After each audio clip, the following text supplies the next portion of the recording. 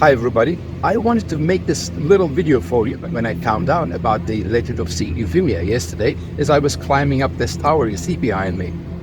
I am at the town of Rovinj in northern Croatia in a region called Istria. The story I would like to tell you about is the legend of Saint Euphemia, which is the name of the church you see behind me. But first I have a question. The church tower you see behind me, the Campanile, resembles a very famous building. Can you tell me what it is? Yes, it is the Campanile, the bell tower of St. Mark's Basilica in Venice. This is very similar but smaller than St. Mark's Campanile. This church, dedicated to Saint Euphemia, was built between 1720 and 1736, during the Baroque period when composers like Antonio Vivaldi, Johann Sebastian Bach, George Friedrich Handel were all composing actively. In fact, Vivaldi was across the sea here in Venice. At the top of the Campanile, the bell tower, there is a statue of Saint Euphemia, and that's actually like a weather vane because she turns around according to the wind. But today I would like to tell you about the legend of Saint Euphemia. Euphemia was born in the year 290 AD in Chalcedon during the reign of Roman Emperor Diocletian. Around the years 303 and 4, Diocletian required all Roman citizens to make sacrifices for the god Ares, and as a Christian, she refused to do that. She was tortured at the wheel for a long period, but even after this long torture, she did not denounce her faith, and as a result was thrown to the lions at the arena. But interestingly, the lions, instead of eating her, started licking her wounds to help her heal. Unfortunately, she was wounded by a bear at the arena and died. As Saint Euphemia was tortured at the wheel, she is typically depicted with a wheel.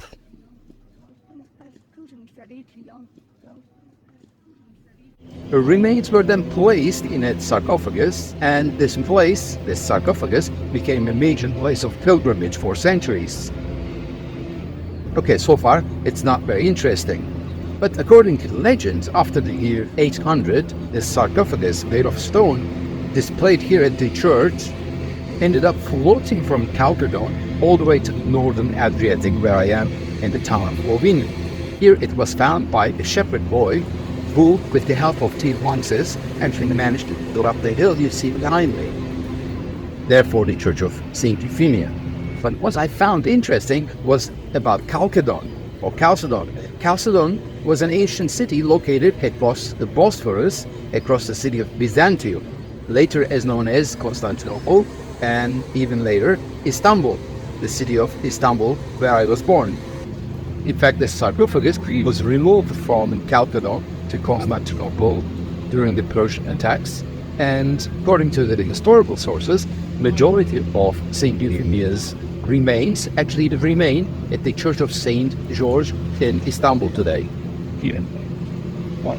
So I was pleasantly surprised to find out that Chalcedon was an area in Istanbul known as Kadıköy today on the Asian side. And I wanted to share this little story with you. If you ever visit northern Croatia, the region called Istria, or even the town of Trieste in northern Italy, which is only about 1 hour from here, do not forget to come and visit this beautiful town, very attractive town of Rovinj, and visit the old town and go up the tower. So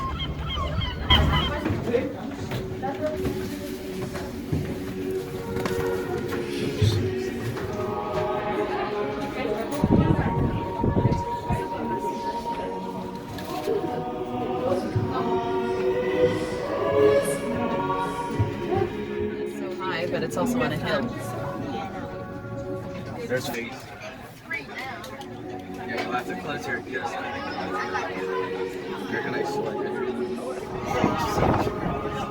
Oh my gosh,